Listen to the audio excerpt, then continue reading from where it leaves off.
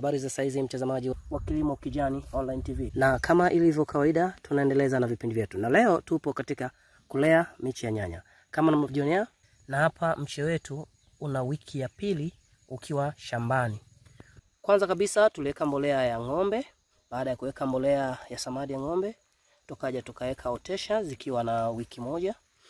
Baada ya wiki moja mbele, kwa maana ya wiki ya pili kwenda ya tatu, tumeweka mbolea ya samadi ya kuku. Na hapa tupo kwenye hatua ya palizi. Kama mnavyojionea, tumeshafanya palizi yetu. Palizi hii inahusisha kupigia matuta kwenye mimea yetu. Kama mnavyojionea, tulichimba shimo letu hili kubwa. Tulipochimba shimo kubwa, tulianza na kuweka mbolea ya samadi ya ng'ombe kidogo. Kama mnavyojionea, udongo tayari unaonekana na samadi ya ng'ombe.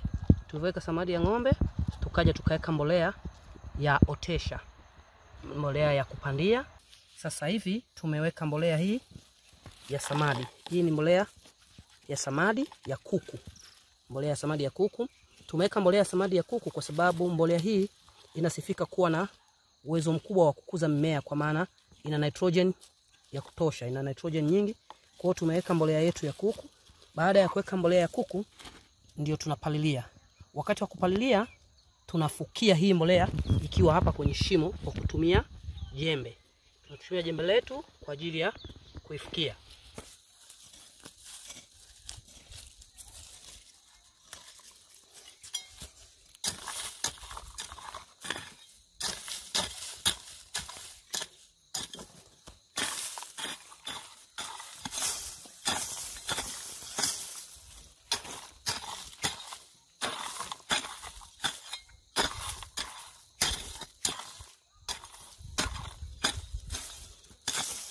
Okay, baada ya kufikia kama hivi, tunakaa kwa muda wa wiki moja hadi wiki moja na nusu, kwa maana ya siku 7 hadi siku 10, tunaendelea na zoezi la upigaji wa matuta. Tunaweka mbolea ya nitrogen kwa sababu miche kidogo inyanyuke kidogo juu. Inaponyanyuka juu, tunakuja tunapiga tuta. Tunapopiga tuta, kwanza tunaimarisha mmea wenyewe, unakuwa na nguvu, kwa maana ya shina linakuwa lina afya nzuri. Na kwa sababu tunatumia mfumo wa umwagiliaji kwa njia ya irrigation system, tunapopiga matuta tunasaidia kwanza kuimarisha shina la mmea, shina la huu mmea, kwa maana hapa shinani tunapaongezea uimara. Lakini pia maji haya yanapokuwa yanamwagia yanasambaa eneo kubwa, maana hapa hata kama haujamwagia siku 2, maji bado yanaendelea kuwepo katika ardhi yetu. Kwa hiyo mche unapata afya vizuri, lakini pia hata tunapoelekea kwenye matunda, tunaona matunda yanakuwa na afya nzuri. Kwa hivyo mpenzi mtazamaji, usiache kufuatilia vipindi vyetu, kwa sababu kuna vitu vya kujifunza, kwa sababu mkulima akui peke yake. Ni vyema akipitia kwa wakulima wenzie aendelee kujifunza. Kama ilivyo ada mpenzi mtazamaji, lakini sisi katika shamba letu hili la ekari 1 tumeanza pia na huduma ya kupluni hii mimea yetu. Tuna pluni majani 4 ya mwanzo. Jani hili, na kuna majani mengine machini huku madogo kabisa ambayo hayapo kwa hapa. Kwa maana jani hili na jani hili ni majani ambayo yametoka na mmea kwenye kitalu.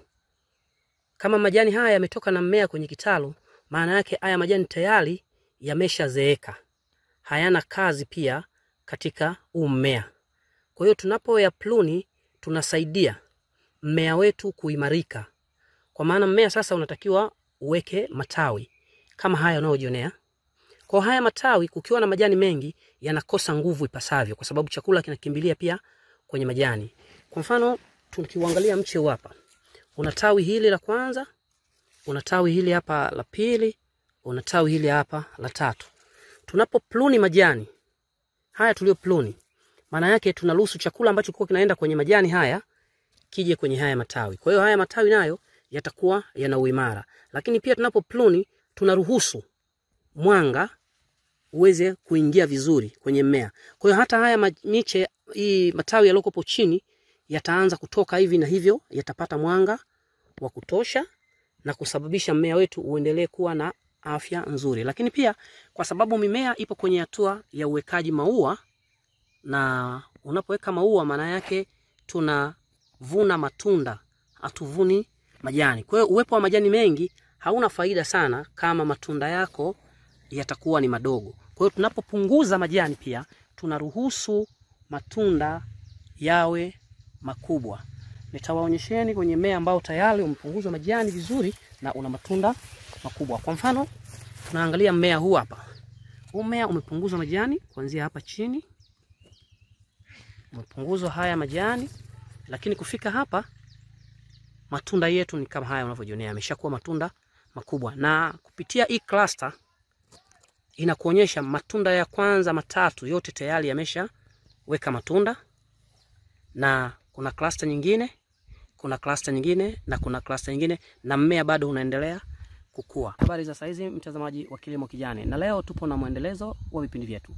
Na leo tupo katika shamba letu na bado tunaendelea na malezi ya nyanya. Kama mnavyojionea katika shamba letu sasa hivi tupo kwenye hatua ya palizi. Tunafanya palizi. Baada ya kumaliza kufanya palizi tutapiga matuta, lakini kwa sasa tupo kwenye palizi. Pamoja na hayo, kuna masomo ambayo leo nimeamua niwapitishe kidogo muweze kujifunza. Watu wengi wanakutana na changamoto katika nyanya, ugonjwa huu. Hawa ni wadudu jamii ya kantangaze, au kwa jina lingine wanaita tooth absolute, ndio kantangaze. Lakini hawa si kantangaze. Huyu anaitwa leaf miner. Wanauita chola chola. Yeye ana deal na kuchola kwenye hii mimea. Na anapochola kwenye hii mimea anazeesha mmea kwa haraka mno. Na kwa nini anachola?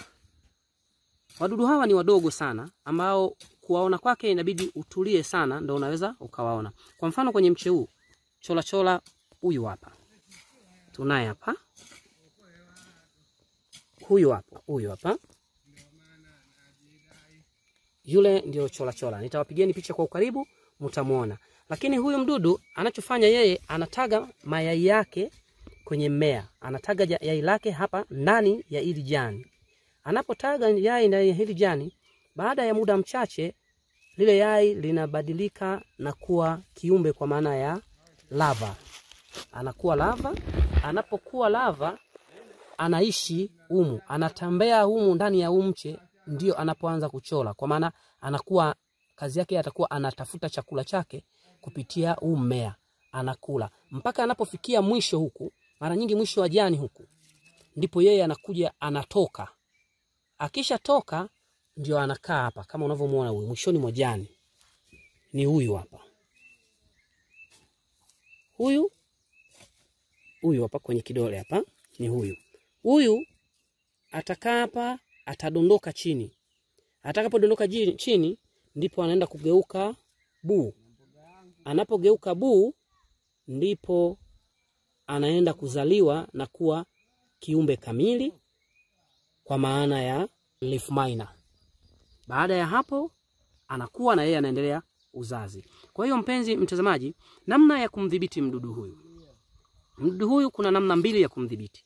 Namna ya kwanza kabisa, ukiona ameshaingia kwenye mimea yako, cha kwanza unatakiwa upluni majani ambayo yameathiriwa. Ukishapluni majani yameathiriwa, hakikisha yale majani yote unaenda kuyachoma moto au kuyafukia sehemu ambayo hawawezi kutoka, kwa sababu kila kwenye jani lazima kuna kiumbe ambayo yuko ndani yake. Kwa mfano kwenye jani hili hapa. Kwenye jani hili, huu unjano unaoona hapa, huyu ndio buu wa leaf miner, yupo hapa. Huyu hapa. Unaona huyu hapa? Huyu ni buu wa leaf miner. Huyu.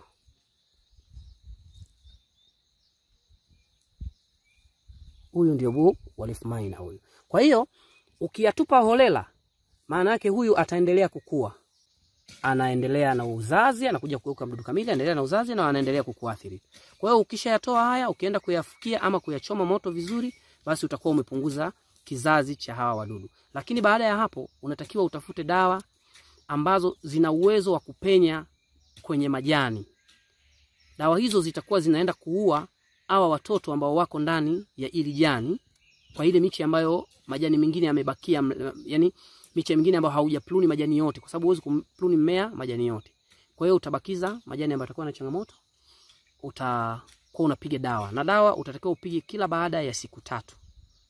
Lengo kila mdudu anapoanguliwa wewe unapiga dawa, kwa hiyo anakufa.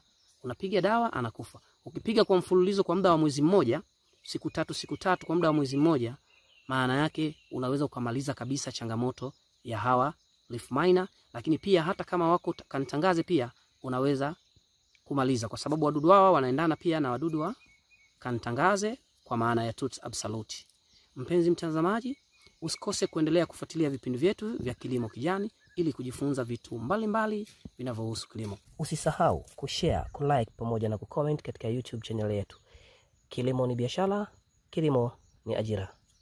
Asante. Habari za saizi mtazamaji wa Kilimo Kijani Online TV, na tupo na muendelezo wa kulea miche yetu ya nyanya. Na leo tupo katika zoezi la upigaji sumu kwa ajili ya kuua wadudu. Katika uleaji wa nyanya tunashauri mara nyingi usipende kuchanganya dawa na sumu. Leo sisi tunapiga sumu ya kuua wadudu, lakini kuna watu wanachanganyaga dawa na sumu kwa pamoja.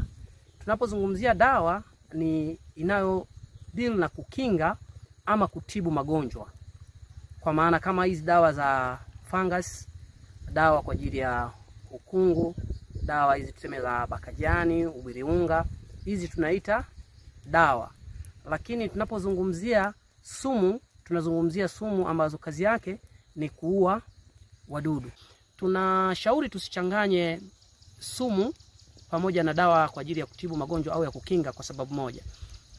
Baadhi ya sumu hazina muingiliano na baadhi ya dawa za kutibu magonjwa.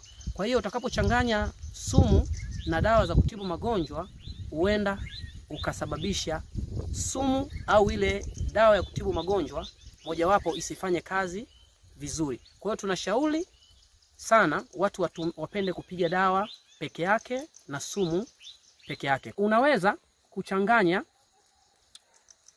dawa za magonjwa na booster. Dawa za magonjwa na booster unaweza ukachanganya, kwa sababu zote zinaenda kureact moja kwa moja kwenye majani. Kwa maana booster inasaidia kupendezesha mche, kwa maana ya kuboosti majani yakapendeza, na dawa kazi yake ni kutibu. Lakini hizi sumu za wadudu zenyewe kazi yake ni kuua wadudu ambao wanaathiri mimea yako. Kwa hiyo ukichanganya labda na booster ama ukachanganya na dawa za fungus za ukungu, hizi huenda ukasababisha kimojawapo kisifanye kazi kwa ufanisi. Kwa hiyo sisi leo tunapiga sumu yetu ya kuua wadudu, ambayo ni sumu ambayo tumetumia sumu ambayo ina kiambata cha abamectin, na hii tunalenga kuua wadudu ambao wanasumbua mimea yetu.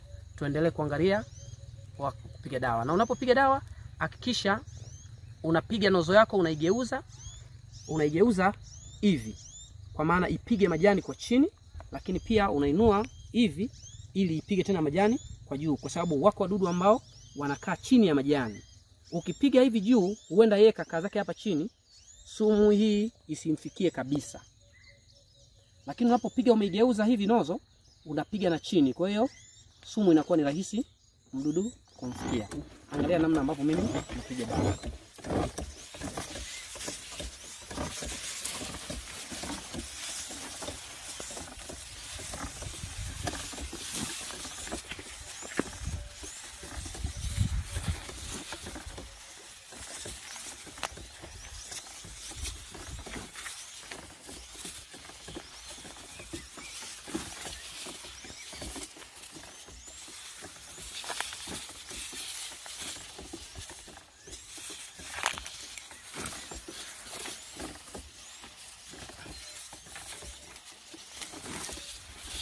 Lakini pia dawa tunashauri upige asubuhi sana ama jioni sana.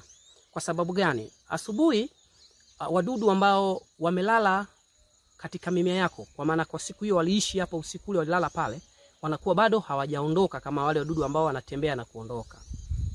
Na tunashauri pia kupiga jioni, kwa sababu kuna wale wadudu ambao wanarudi. Pia na wao wakija usiku wanakutana na ile sumu ambayo wewe ulishapiga. Lakini pia asubuhi kuna umande mwingi kwenye mmea wako. Kwa hiyo unapopiga ile sumu inakuwa ni rahisi kusambaa katika mmea wako. Unapopiga sumu ni rahisi sana kusambaa kwenye mmea wako. Na jioni pia, kwa sababu tunaenda kwenye usiku. Kwa hiyo hii sumu itakaa hapa. Baada ya kuingia unyevu itanyaukia hapa.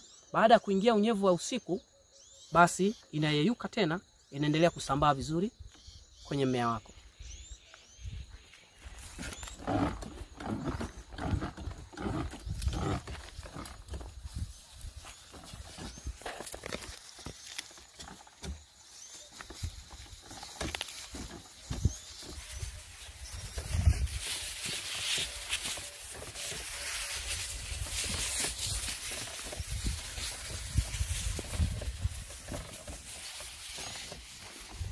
Kuna masomo ambayo leo nimeamua niwapitishe kidogo muweze kujifunza. Watu wengi wanakutana na changamoto katika nyanya ugonjwa huu. Hawa ni wadudu jamii ya kantangaze, au kwa jina lingine wanaita tooth absolute, ndio kantangaze. Lakini hawa si kantangaze. Huyu anaitwa leaf miner. Wanauita chola chola.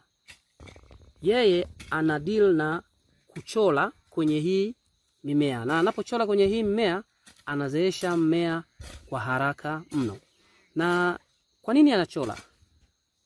Wadudu hawa ni wadogo sana, ambao kuwaona kwake inabidi utulie sana ndio unaweza ukawaona. Kwa mfano kwenye mche huu, chola chola huyu hapa. Tunaye hapa. Huyu hapa. Yule ndio chola chola. Nitawapigeni picha kwa ukaribu, mtamuona. Lakini huyu mdudu anachofanya yeye, anataga mayai yake kwenye mmea. Anataga yai lake hapa ndani ya hili jani. Anapotaga yai ndani ya hili jani, baada ya muda mchache lile yai linabadilika na kuwa kiumbe kwa maana ya lava. Anakuwa lava.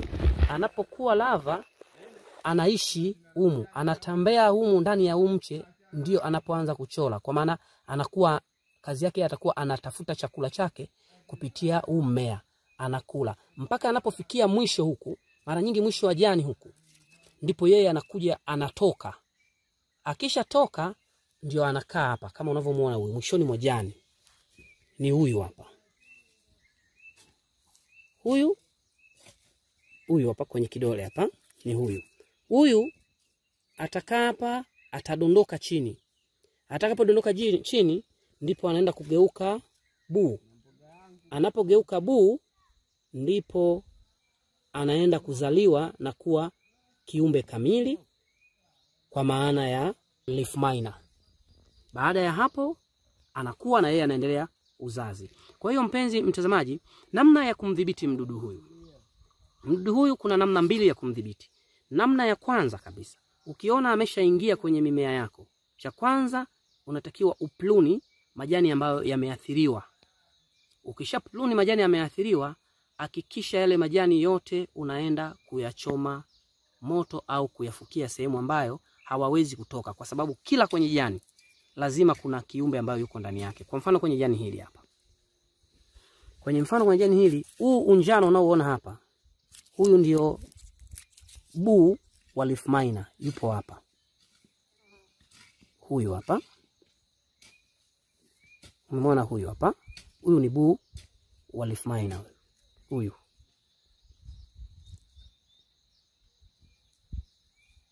Huyu ndio buu wa leaf miner huyu. Kwa hiyo ukiyatupa holela, maana yake huyu ataendelea kukua.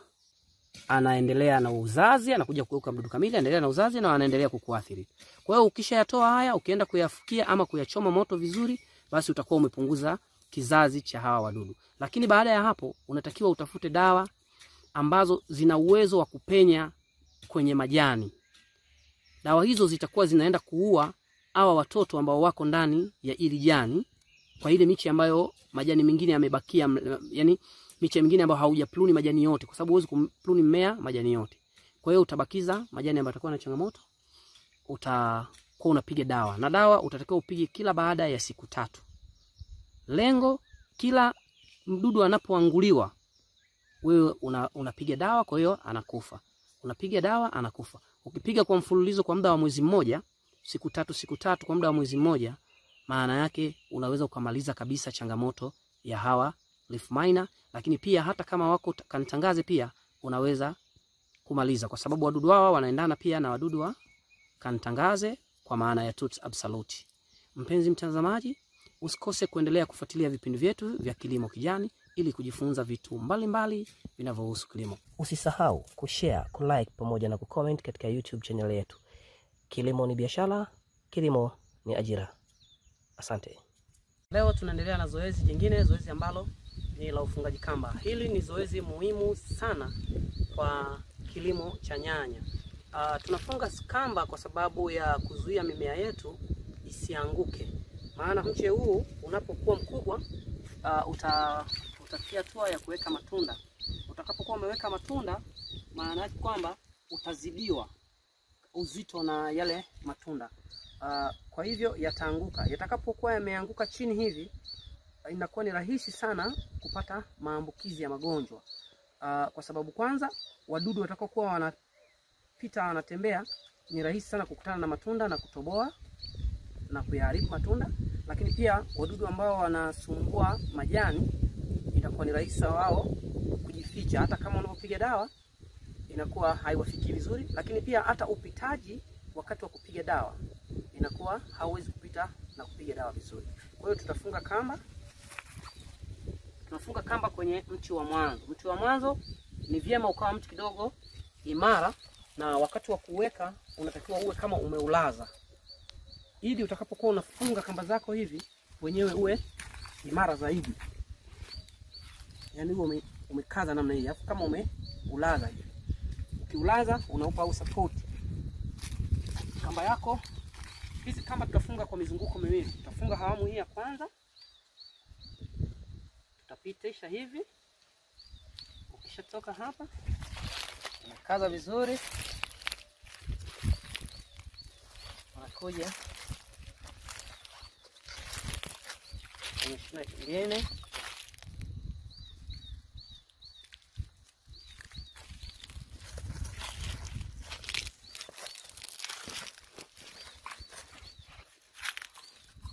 Minutes.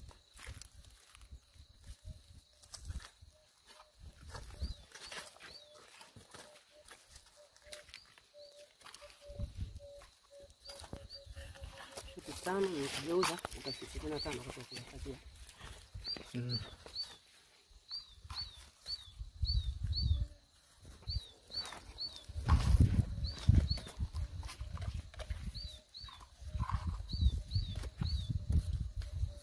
Cha kuzingatia wakati unapofunga kamba, zingatia urefu wa miche.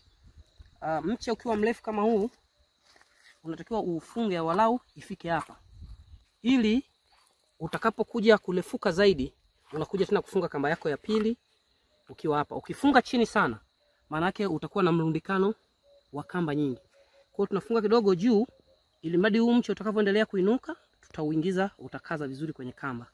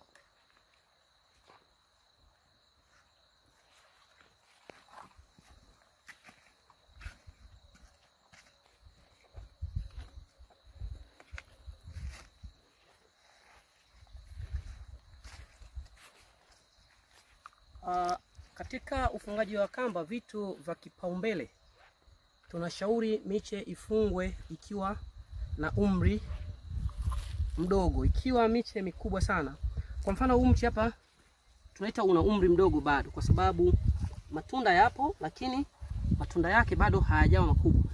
Kwa hiyo yakiwa matunda makubwa, kuna uwezekano mkubwa sana wa kupukutisha matunda, kwa sababu mche ukiwa umeshalala hivi chini, ili kuinua kusimamisha itakuwa vigumu kidogo. Kwa hiyo kuna baadhi ya matunda unaweza ukayakosa kwa sababu ya kudondosha, lakini pia kusumbua mche unaweza ukaupa stress tunaita, au unaweza ukaupa changamoto kidogo, kwa sababu asili ya mche wa nyanya unapoanguka tu chini, eneo lile lililogusa chini tu huwa lina tabia ya kuweka mizizi. Kwa hiyo tendo la kuanguka hivi chini na kuacha hapo, ukishaweka mizizi, ukisema uinue hivi, maana yake utaingoa ile mizizi kwenye ile ardhi.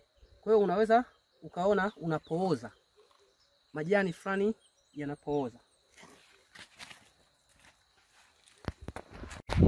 Sasa tumeshamaliza raundi yetu ya kwanza kwa maana ya kutoka kule.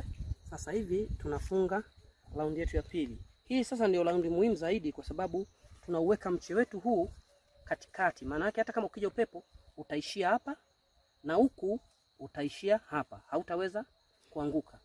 Hii ni njia ya kupunguzia mkulima gharama, tofauti na ile njia ya kuchomeka mti kila kwenye shina. Kuna baadhi ya wakulima wanafunga mti kila kwenye shina. Ile ni njia ambayo inakutumia gharama kubwa sana, kwa sababu pia utalazimika kila tawi ulifunge na kamba yake. Lakini hii ukishafunga, haya matawi yanapokuja yenyewe yataingia hapa katikati. Kwa bado unaendelea kuyadhibiti, kwa maana haya matawi yenyewe yataingia hapa katikati, lakini pia ukiona yametoka nje unaweza ukayarudisha ndani.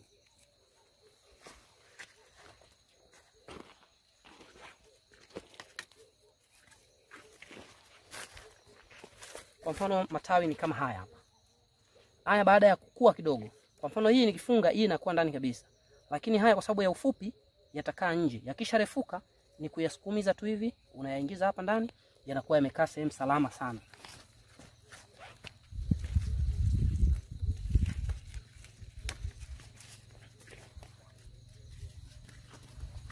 Na kamba yetu unaifunga mfungo ambao unajua baada ya kumaliza mavuno ni rahisi kufungua, kwa maana unaizungusha kwenye mti, ili hata baada ya kumaliza mavuno inakuwa kwako wewe sio kazi ngumu kwenye kuitoa kamba. Unaitoa kamba yako kwa ajili ya matumizi ya baadaye. Na kwa ushauri zaidi, hizi kamba madukani ziko za rangi kama mbili hivi. Kuna rangi hii nyeusi na kuna rangi ya njano. Usitumie kamba ya rangi ya njano kufunga kwenye mazao. Kwa nini usitumie kamba ya rangi ya njano na utumie kamba ya rangi nyeusi? Kamba ya rangi nyeusi ukiwepo mbali haionekani, inakuwa haionekani. Lakini kamba ya rangi ya njano utakapoifunga inaonekana. Sasa inapoonekana, wadudu wengi sana waharibifu na wasio waharibifu huwa wanavutiwa na rangi. Rangi ya njano ni rangi ambayo wadudu wengi huwa inawavutia, wakiamini aidha ni maua ambayo yamechanua. Kwa hiyo wao wanakuja wakiamini kwamba ni maua. Sasa iwe bahati waje wadudu wazuri ambao wanakusaidia kufanya labda pollination. Lakini wapo wadudu pia waharibifu kama hao Tuta Saluti na baadhi ya wadudu wengine wanavutiwa tu na ile rangi ya njano, kwa hiyo wanaweza wakakuletea uharibifu katika mimea yako. Tunashauri utumie rangi nyeusi kwa sababu ni rangi ambayo haionekani. Kwa hiyo ni ulinzi kwa ajili ya shamba lako pia.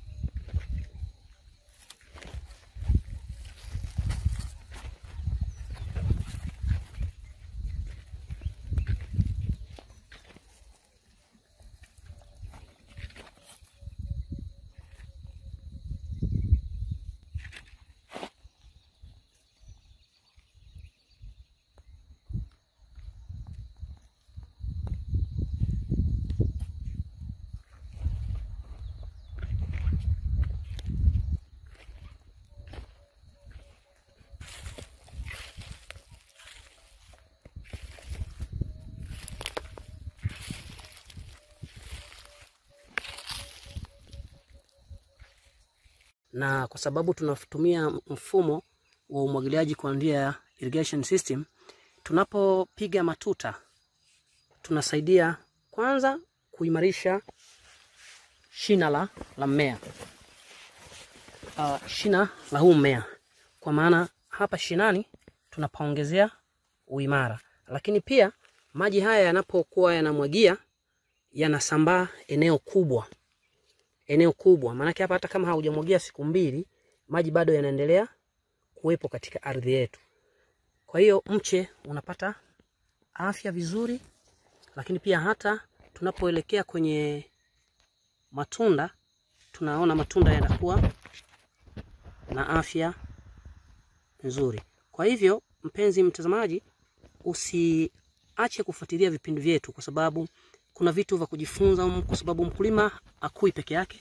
Ni vyema akipitia kwa wakulima wenzie aendelee kujifunza. Kama ilivyo ada mpenzi mtazamaji, lakini sisi katika shamba letu hili la ekari 1 tumeanza pia na huduma ya kupluni hii mimea yetu.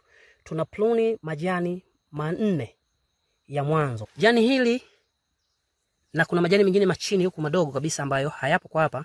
Kwa maana jani hili na jani hili ni majani ambayo yametoka na mmea kwenye kitalu. Kama majani haya yametoka na mmea kwenye kitalu, maana yake haya majani tayari yameshazeeka, hayana kazi pia katika mmea. Kwa hiyo tunapoya pluni tunasaidia mmea wetu kuimarika. Kwa maana mmea sasa unatakiwa uweke matawi kama haya unayojionea. Kwa haya matawi, kukiwa na majani mengi, yanakosa nguvu ipasavyo, kwa sababu chakula kinakimbilia pia kwenye majani. Kwa mfano tukiuangalia mche hapa, una tawi hili la kwanza, una tawi hili hapa la pili, una tawi hili hapa la 3. Tunapopluni majani haya tuliopluni, maana yake tunaruhusu chakula ambacho kilikuwa kinaenda kwenye majani haya kije kwenye haya matawi. Kwa hiyo haya matawi nayo yatakuwa yana uimara. Lakini pia tunapopluni tunaruhusu mwanga uweze kuingia vizuri kwenye mmea. Kwa hiyo hata haya miche, hii matawi yaliokopo chini yataanza kutoka hivi, na hivyo yatapata mwanga wa kutosha na kusababisha mmea wetu uendelee kuwa na afya nzuri. Lakini pia kwa sababu mimea ipo kwenye hatua ya uwekaji maua, na unapoweka maua maana yake tunavuna matunda, hatuvuni majani. Kwa hiyo uwepo wa majani mengi hauna faida sana kama matunda yako yatakuwa ni madogo. Kwa hiyo tunapopunguza majani pia tunaruhusu matunda yawe makubwa. Nitawaonyesheni kwenye mmea ambao tayari umepunguzwa majani vizuri na una matunda makubwa. Kwa mfano tunaangalia mmea huu hapa. Huu mmea umepunguzwa majani kuanzia hapa chini. Umepunguzwa haya majani, lakini kufika hapa matunda yetu ni kama haya unavyojionea, yameshakuwa matunda makubwa. Na kupitia hii cluster inakuonyesha matunda ya kwanza 3 yote tayari yameshaweka matunda, na kuna cluster nyingine, kuna cluster nyingine, na kuna cluster nyingine, na mmea bado unaendelea kukua. Yes, kama ilivyo ada, kama kawaida, habari za saizi mtazamaji wa Kilimo Kijani Online TV.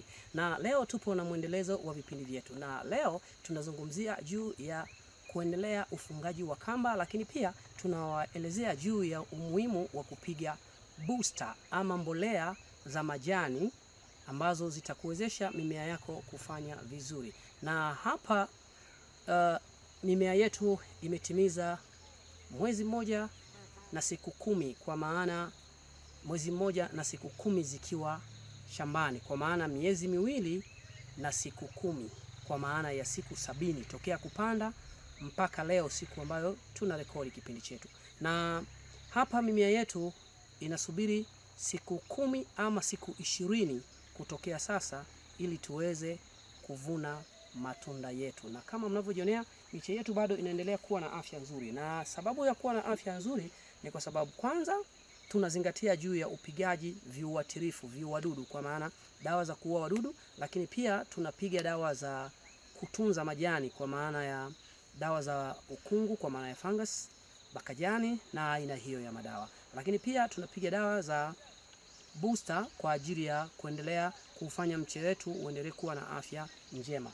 Mpenzi mtazamaji, leo tunataka tuwapitishe kidogo tu shambani, ili walau muone namna ambavyo miche yetu inavyoendelea kufanya vizuri shambani kwetu. Hatua ya awali tuliwaonyesha, na sasa tunaendelea na vipindi vyetu. Nitakuonyeshea aina ya booster na umuhimu wake. Mpenzi mtazamaji, leo tuna booster yetu, na sisi kwenye shamba letu tunatumia booster ya Starzone. Hii ni booster ambayo imetengenezwa kwa ajili ya kurutubisha maua na matunda, na kama unavyojionea ina potassium. Inakuonyesha hapa ina potassium 40. Kazi yake ni kurutubisha maua na matunda, na booster hizi ni muhimu sana kwa kipindi hiki ambacho mimea yetu ipo kwenye hatua ya uzaaji. Unapotumia booster hii, hakikisha kwamba unaitumia kulingana na maelekezo yaliyomo ndani ya vibandiko ya booster hii, na unaweza kupiga mara tu unapoanza kuona maua yameanza kuchanua. Kwa hiyo mpenzi mtazamaji, hivi ni vitu vya kuzingatia na muhimu sana. Si lazima upige booster hii, lakini sisi tumependekeza kwa shamba letu kutumia booster hii. Lakini pia tunatumia booster nyingine hapa. Hii tunaitumia kwa ajili ya kuendelea kufanya mche wetu uwe wa kijani. Hii ina nitrogen, lakini pia ina potassium na phosphorus. Kwa hiyo tunatumia hii kwa ajili ya kuendelea kutunza miche yetu. Lakini pia hii booster inasaidia pia kuboresha afya ya udongo. Kwa hiyo unapotumia hii pia unaweza kutumia kwa kudrenji moja kwa moja kwenye ardhi, lakini unaweza kupiga kwenye majani ya mmea. Hii ni dawa yenye kopa. Hii ni kwa ajili ya fungus za majani, kwa maana ya kutibu magonjwa yaliyopo kwenye majani, kwa maana ya bakajani wai na bakajani chelewa.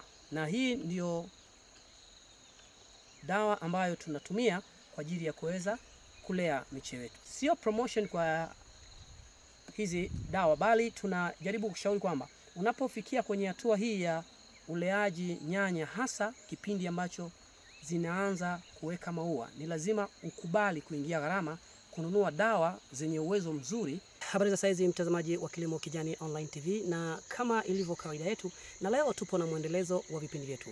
Na leo tupo katika zoezi la uwekaji wa mbolea, na tumetumia njia ya kudirect mbolea, kwa maana ya kuiyeyusha mbolea ili tuweze kuweka kwenye mimea yetu. Kwa nini tumedirect? Kwanza ni kwa sababu tunatamani mbolea hii ifanye kazi kwa haraka, kwa maana mbolea iliyodirutiwa, kwa maana iliyochanganywa na maji, na ukiweka kwenye mmea muda huo unaanza kupokea kile chakula na kwenda kuvifanyia kazi. Lakini sisi tumeweka mbolea yetu hapa ya Nitrabo, lakini tumechanganya na mbolea ya Wina. Tumefanya hivi kwa sababu mimea yetu inaonyesha ina unjano, maana yake kuna upungufu wa nitrogen. Lakini pia mimea yetu ipo katika hatua ya uzaaji.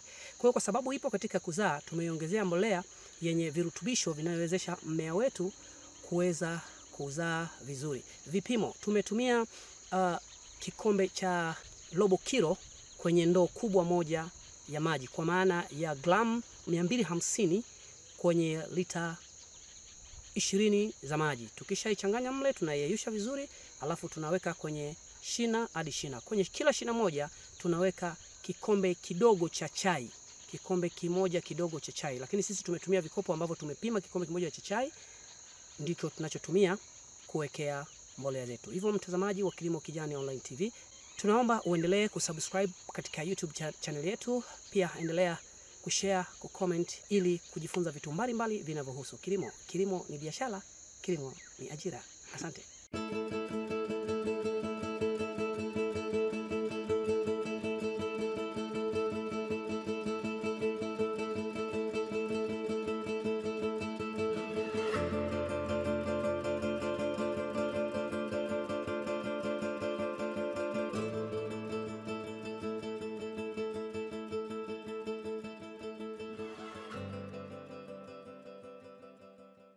Kama ilivyo ada, tumekuwa na vipindi vyetu kuanzia mwanzo kwa kuandaa shamba, kuandaa miche, kuingiza miche shambani, kuhudumia nyanya, Na leo ni siku yetu ya mwisho kabisa ambapo kipindi chetu tunafunga rasmi baada ya kuhudumia nyanya kwa muda wa miezi 3 na siku 10, kwa maana ya siku 100.